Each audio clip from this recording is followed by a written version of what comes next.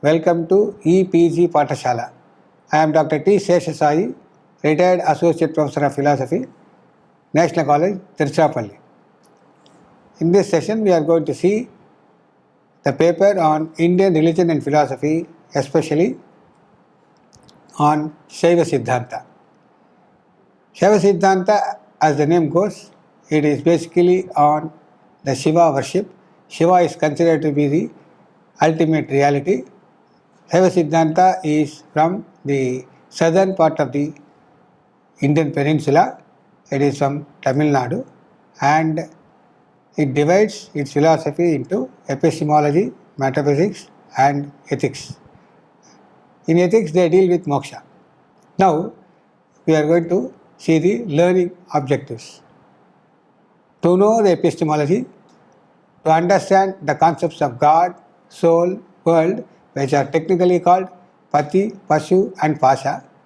To understand the concept of Mukti, they call it Veedu Peru in Tamil, and in conclusion we are going to see how it is done.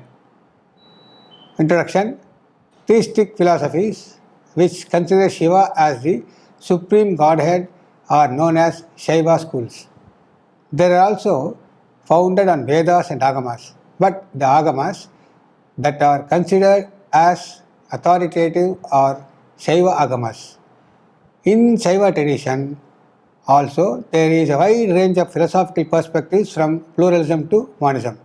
Shaiva Siddhanta is one such school from South India, especially from Tamil Nadu. Tamil Shaivism is known as Shaiva Siddhanta. The picture you see on the right side, it is called the Linga. This is the form and formless aspect of Lord Shiva. So Shiva is actually portrayed as Nirguna, Saguna and Nirguna Saguna. So the form you see on the right side of the slide, the Linga form, which is his form and formless aspect. It means the settled conclusion or the final position of Shaivism. Shaiva Siddhanta proclaims that their Siddhanta is the final conclusion of all philosophies. That is, they call in Tamil Mudivin Mudivu. Mudivin Mudivu means conclusion. Mudivin Mudivu means conclusion of all conclusions. They say that Shaiva Siddhanta is the final conclusion of all philosophies of India. So that's why they call it Siddhanta. Now, the literature part of it. Shaiva Siddhanta is based on both Sanskrit and Tamil source works. The former includes, that is, the Sanskrit literature comes from Vedas, Agamas, Puranas, Itihasa and Upanishads. The Shaiva Siddhanta draws more from the Tamil sources, Tamil works like Sangam literature, Panniri Thirumarais and 14 philosophical works and modern Shaiva devotional literature, Thai Manavar, Arunagirinathar, Sivanyana Munivar and Kumara Karupar. Thirumarais are the devotional canonical literature known as Thevaram, sung by the saints of Shaivism in praise of Shiva. Of these, Sambandar contributed the first three Thirumarais.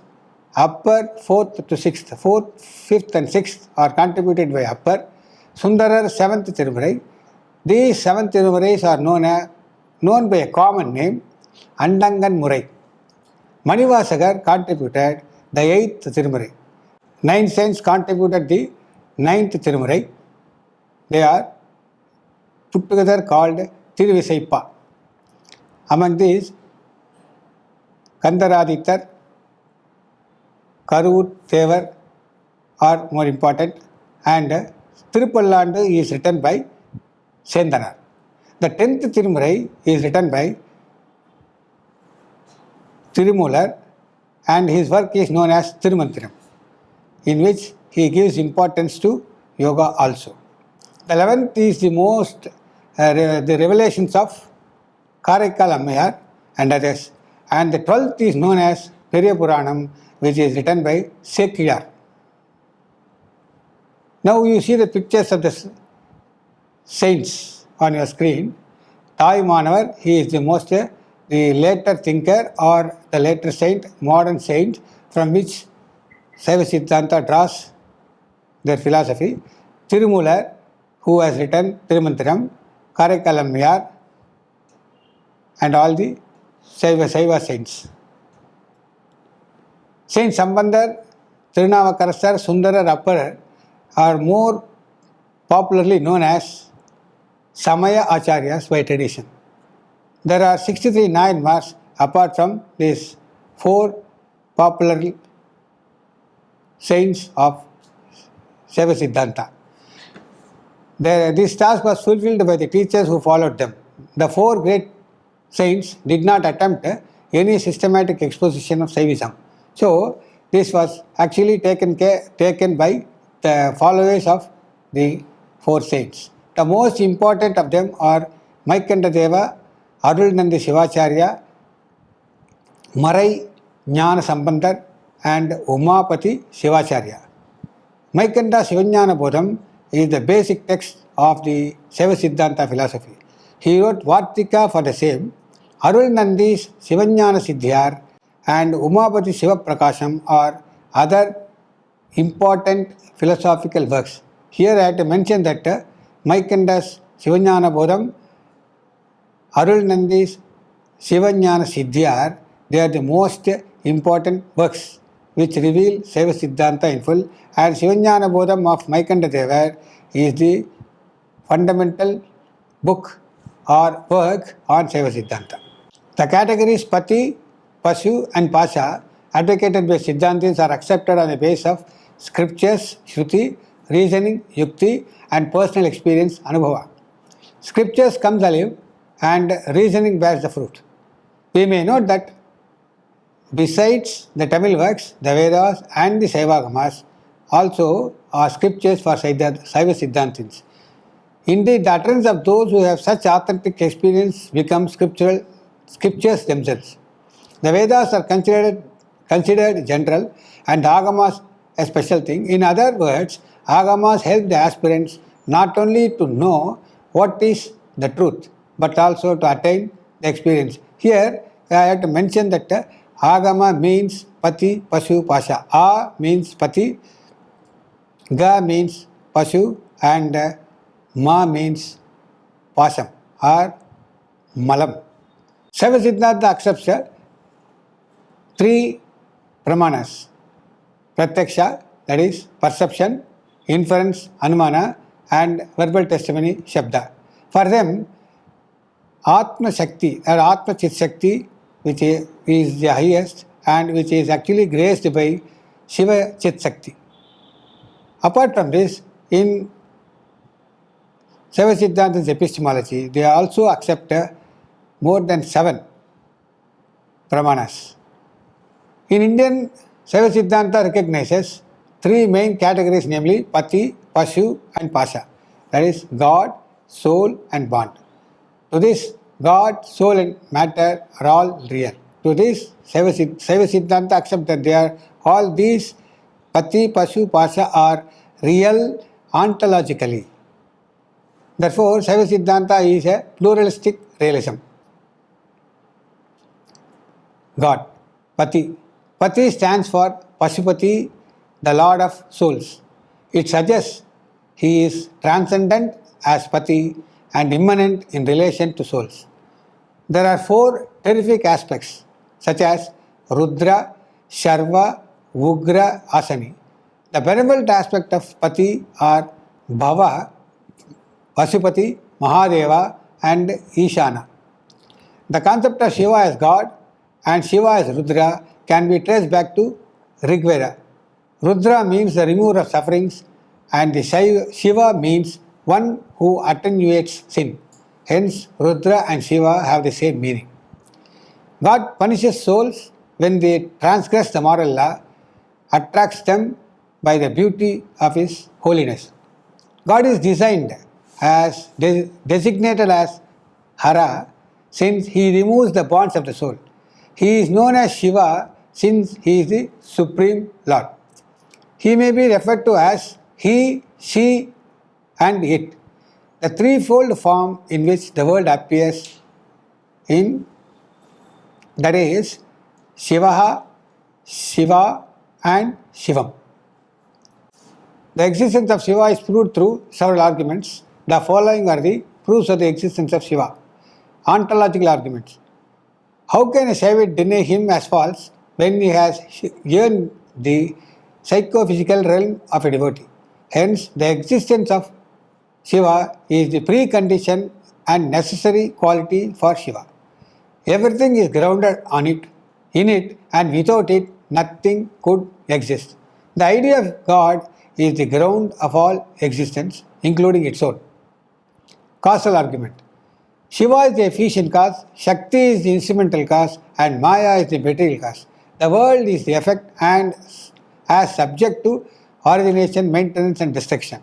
It has to emerge from its destroyer into whom it was withdrawn at the time of dissolution. The world cannot be the cause of itself because it is unconscious, and the human beings cannot be the cause because they are finite. Hence, Shiva is needed for the creation of the world. Moral argument. Souls are subject to cycle of births and deaths according to karmas. Karma cannot operate the award the fruits of the deeds of the doer, nor the doer does, because he is not free from self-interest. So there is a need for a moral governor to award the fruits. Theological argument. The purpose of creation is mainly for the redemption of souls. The souls would not think of liberation, but for the grace of Shiva. Design argument. To Siddhantins, the involution and evolution, the purpose of purification, all need a designer who is none other than Shiva. Hence, Shiva must exist. God, according to Siddhantins, is Nirguna, not in the sense of attributeless, but in the sense that he is devoid of gunas of Prakriti, namely Sattva, Rajas and Tamas. Shiva is attributed with 8 qualities, 8 gunas. They are independence, purity, self-knowledge, omniscience, freedom from mala, boundless benevolence, omnipotence and bliss. God is both transcendent and immanent. He is called Vishwarupa as he is in the form of universe, and is also known as Vishwadhika as he is more than the universe. So from this we can conclude the God is the basic, and God is necessary for the world, for the souls. This has been proved. The existence of the God is proved through various arguments to establish that he is immanent and transcendent of this universe. And without him or without his grace, no soul can emancipate or no soul can attain moksha. God is with form and formless as well. He is in 8 forms, Ashtamurti, namely earth, water, air, fire, sky, the sun and the moon, the sentient man. This is not pantheism, for Shiva is more than the world while being its ground. Here I wanted to point out, according to Saiva Siddhanta, there are 3 ways in which Lord Shiva appears or descends in this world. He is actually worshipped with form and without form, and form and formless. Form hyphen formless. What they call Aruvam, Uruvam, Aruva Uruvam. So it is Nirguna. Nirguna in the sense he is bereft of Sattva, Rajas and Tamas. Not like the Advaitins who deny any guna for Brahman. The next is form. With form he appears. Here what I have to mention is, you have to understand is, Shiva appears in many forms. As Lord Ganesha, as Lord Muruga or Nataraja and Pichandar. All these forms are of Shiva are worshipped even now. The last is the Linga form, which is not a form and which is a form. So that is form, formless, aruva, uruvam. This represents the ultimate union of Shiva and Shakti, through which he produces the world, he creates the world, he sustains the world, he destroys the world, and he ushers grace on the individual souls. According to Shaiva Siddhanta, God is the operative cause of the world. The material cause of the world is Maya or Prakriti. Hence, it advocates Prakriti Parinamavada. Prakriti Parinamavada means Prakriti changes into world of objects. For what it is being created means it is for the redemption of the souls. The souls should, the individual jivas or pashus should have a space and material for their enjoyment. So, the world is the place, world is the space, and the world objects are given to them in front of them to enjoy the beauty of the world. This is also the purpose of purpose of God to create this world. The clay cannot transform into a pot without the activity of a potter. Similarly, Prakriti cannot evolve into world without an efficient cause. So God is required for the creation of the world. He evolves in order to the souls may be saved through the removal of impurities. The 5 functions of Shiva. Shiva is narrated to have 5 functions, that is concealment, Tirodhana, Shakti, creation, Srishti, preservation, Sthiti, destruction, Samhara, and grace, Anugraha. The creation of the world is for the souls and liberation is through his grace. Without Shiva, nothing can move. But Shiva is not affected by the process. Siddhantins do not favor the concept of incarnation, as actually Shiva appears and disappears. If he wants to protect his devotees or bhaktas, he suddenly appears and then suddenly disappears. That means he can come and save, he can descend and protect or save his devotees. Unlike in Vishishtadvaita, they accept the avatara concept. The Dashavatara concept is a very, very popular concept in this world, and everybody knows that Lord Narayana takes all the avatars, all the 10 avatars. But Shaiva Siddhantins, they do not accept the concept of avatara, but he descends to save his bhaktas. He appears in the form of it, which worshipped by his devotee, to save the souls. The forms of appearance are not material, but expressions of grace. One of the important forms in which Shiva appears is that of Guru, to save the soul from samsara. God is fundamental because the other 2 categories, Pashu and Pasha, depend on God. Pasha provides the space to Pashu to experience the objects. Next we come to the concept of Pashu. Pashu means the soul in that state of bondage. According to Siddhantins, souls are classified into 3 groups. They are Sakala, Pralayakala, Vijnanakala. Souls having 3 impurities. The impurities are 3 according to Shaiva Siddhantins. One is Anavamala, Karmamala, and Mayamala. The Anavamala is supposed to be the primordial or the Moola Mala. A soul possessing all the 3 malas is called Sakala, and the soul which has Anava and Karma is called Pralayakala. The soul which has only Anava is called Vijnanakala in Shaiva Siddhantins.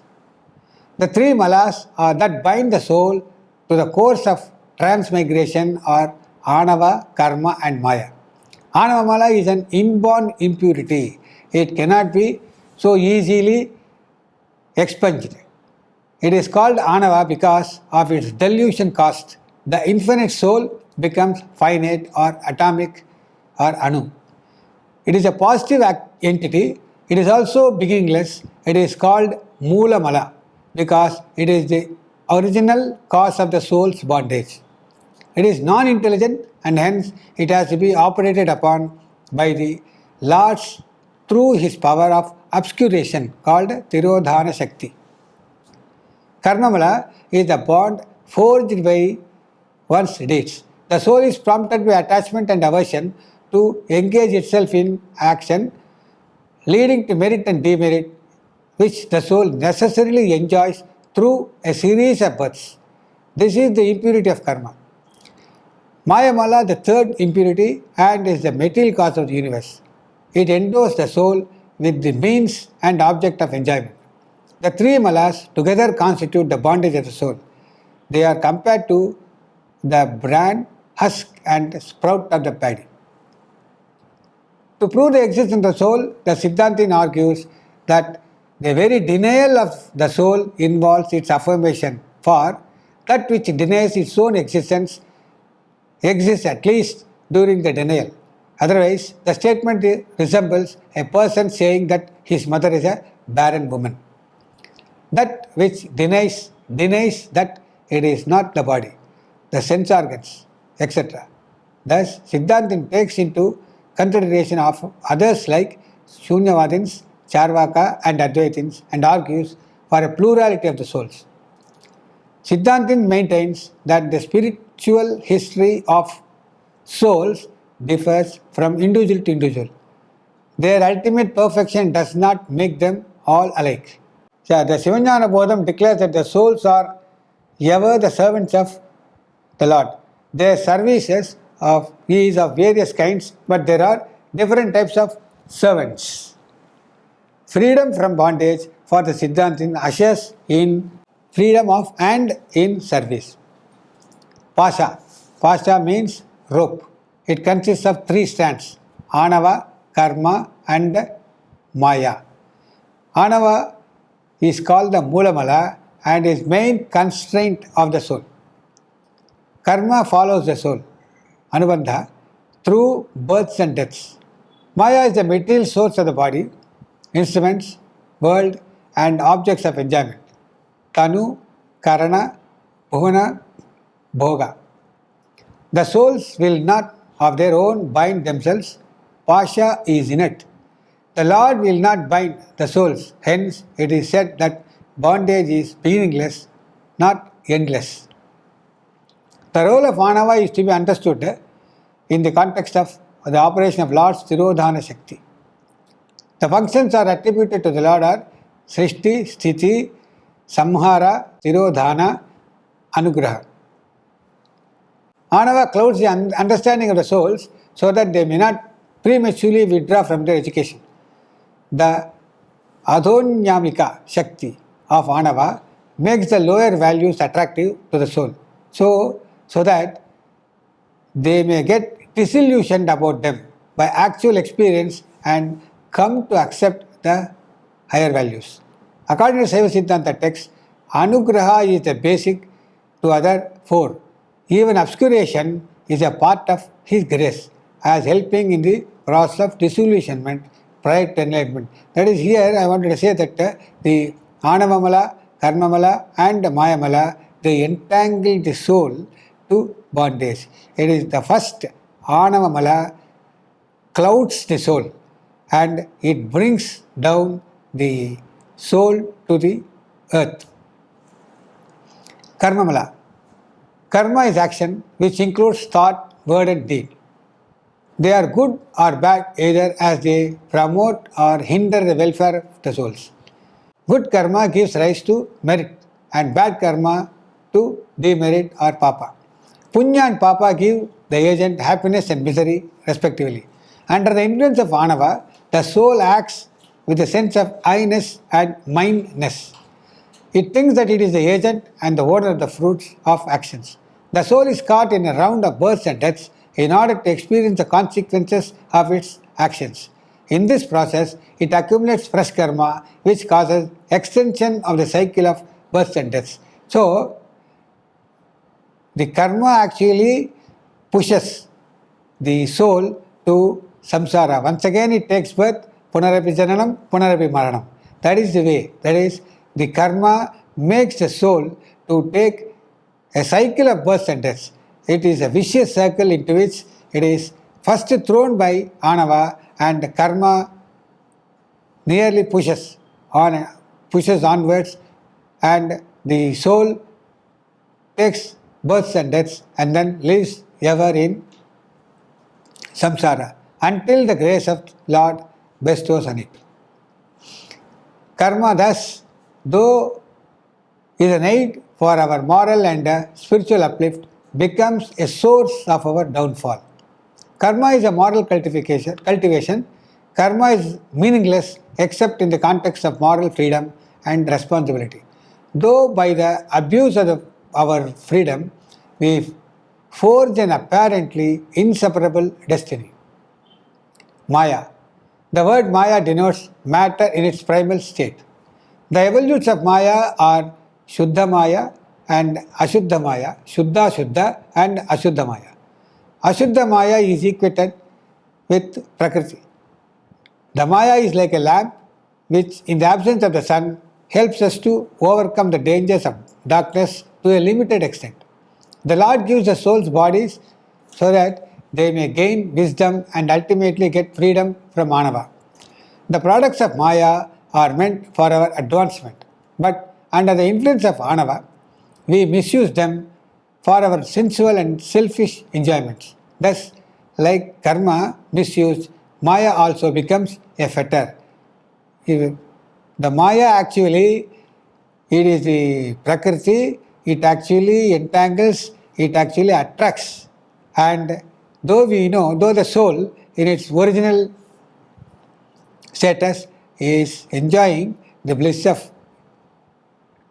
the Lord Shiva, it is attracted towards this world, it is attracted through Maya, and Anava kindles that it is the agent, it is the doer, it is the enjoyer, and it is entangled in the cycle of samsara.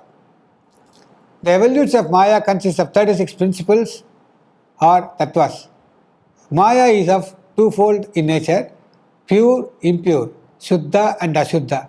Shuddha Maya is in its primal state. Shuddha Maya gives rise to 5 pure principles. It is through these pure 5 principles that Shiva functions and produces the bodies, organs, worlds and objects of enjoyment for the pure souls. Ashuddha Maya is Maya when it is mixed with the impurity of ignorance or Anava and action karma. For Ashuddha Maya, from Ashuddha Maya evolves the bodies, organs, worlds and objects of enjoyment for the impure souls. The entire creation is for the redemption of the souls. Lord Shiva creates this world with the help of Shuddha Maya, with the help of Maya, for the upliftment of the souls. The souls, when they take efforts to reach Him, He bestows His grace and lifts or emancipates each and every soul. Without the anugraha or the grace, what is called in Tamil Arul, without the Arul of Lord Shiva, no soul can get emancipated. Maya is the material cause of the world. The Siddhantin believes in Satkaryavada. The universe must have evolved from a material cause which is not different from nature. God cannot be its material cause because God is Chit and the universe is non-conscious, Achit. Hence, Maya, which is non-conscious, alone can be material cause of this universe. Maya is so called because the universe is resolved, Ma, into it and is evolved, Ya, from it. Maya is one of the bonds, pashas of the soul. It provides the soul with the means, locations and objects of enjoyment called Bhogya Kanda. The word Maya is usually referred to as Asat. The expression does not mean that the world is non-existent or unreal, but only that the world is other than God, who is Sat. God or Lord Shiva is the only Sat. This world is created by Him, sustained by Him, and He is the only destroyer of this universe. Apart from Him, nothing exists. Though ontologically God, soul, and world they exist, that is Pati, Pashu, and Pasa, they are ontologically exist. But when compared to Pati, the rest of the world is Asat. Release or Mukti. Mukti is freedom. It is freedom from Anava, from the sense of I-ness and mine-ness. It is freedom for unfettered worship and service. An attitude of indifference not to good and bad, but to their fruits is called Irivinai Voppu. When this stage is reached, Anava is ripe for removal, Mala Paripaka, like a ripe cataract. The Lord's grace descends on the soul, Shakti Nipata, in a slow or fast tempo according to the state of the soul to receive it. Here I want to say these three are the most important aspects. Iri Vinay Voppu, Mala Paripakam, Shakti Nipata. Iri Vinay Voppu means, Iri means two, Vinay means the opposites, Voppu means equipoise.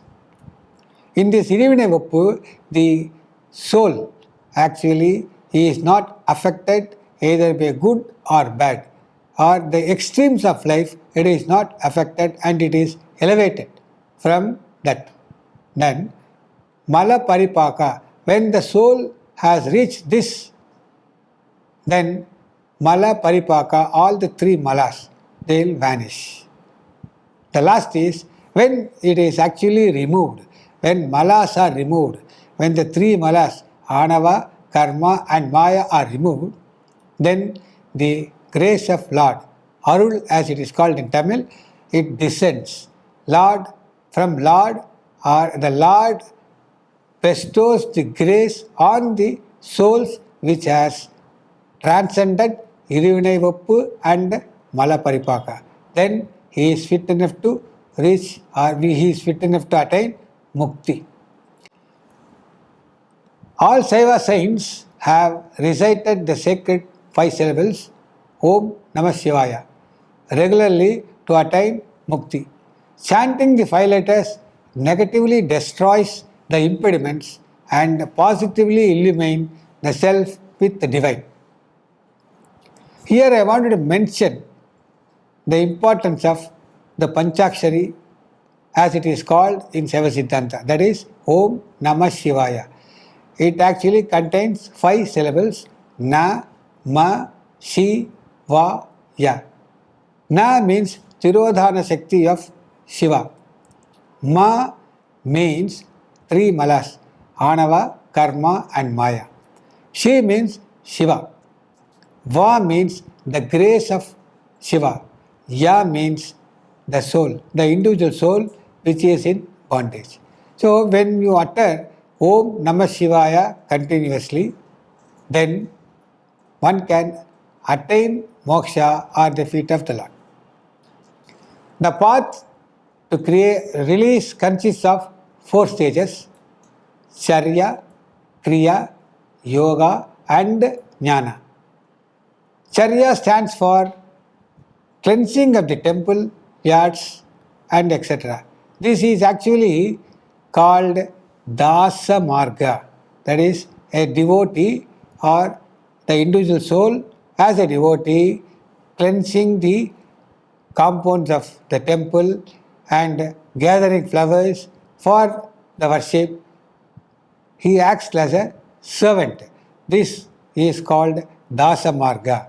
And in this Dasa Marga, the individual soul or the devotee reaches the Loka of the God.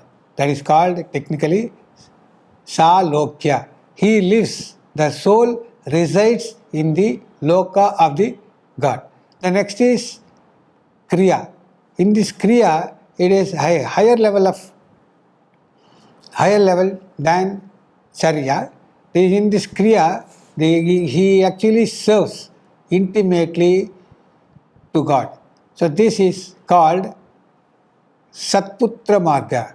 As the son does the service to his father, the devotee does the service to God. This is called Satputra Marga, and the goal which is attained by the soul is called Samipya. Samipya means he lives near to God. The next is Yoga. In this yoga, he is only contemplating the God always. This is called Sakhya Bhava or Sakhya Marga. Here the individual soul sees the God, or he moves with the God like a friend to friend relationship. This is called Sakhya Marga, and this leads to Sarupya. Sarupya means the individual soul gets the Rupam or the forms of Shiva, but it is not the functions of Shiva. Individual soul can never get the functions of the Shiva. The last is Jnana, which leads to, this is called Sanmarga. In this Jnana, he understands and then he always lives mentally without, he forgets himself and he thinks only of Lord Shiva. So this is called Sanmarga, and the goal of this Sanmarga is Sayujya. He becomes one. He becomes one part of Lord Shiva. To conclude, Saiva Siddhanta is one of the most influential philosophical traditions in South India. One of the most interesting things that we find in this tradition is that it accepts three realities in the form of Pati, Pashu and Pasha. The Supreme Lord Shiva is the Pati. The two other realities are not absolute but dependent on Pati, the Lord. In its soteriology, Saiva Siddhanta's ultimate goal is liberation. Individual souls are fettered by malas or impurities. However, there is a way to get rid of these impurities through the proper spiritual practice. Now, to conclude once again, Saiva Siddhanta is a philosophy which says that Siddhanta is the final conclusion of all conclusions. It accepts Pati, Pashu and Pasha as the three ultimate realities. It also shows that though the souls are bound in samsara, it can be realized, or it can attain self-realization through the grace of Lord Shiva. The most important factor in this Saiva Siddhanta is they also give the prominent place and an important place to gurus. A guru is necessary for each and every soul to be emancipated. And guru gives diksha to the souls according to their capacities or capabilities. There are around 7 dikshas, namely Nayana Diksha, Vachaka Diksha, Sparsha Diksha, Manasa Diksha, Yoga Diksha, Avutari Diksha, and so on. With these Dikshas, each and every soul, after getting the blessings, after getting the directions from the Guru, it attains Shiva Sayujya. For further explanations, please refer to e-text. Thank you.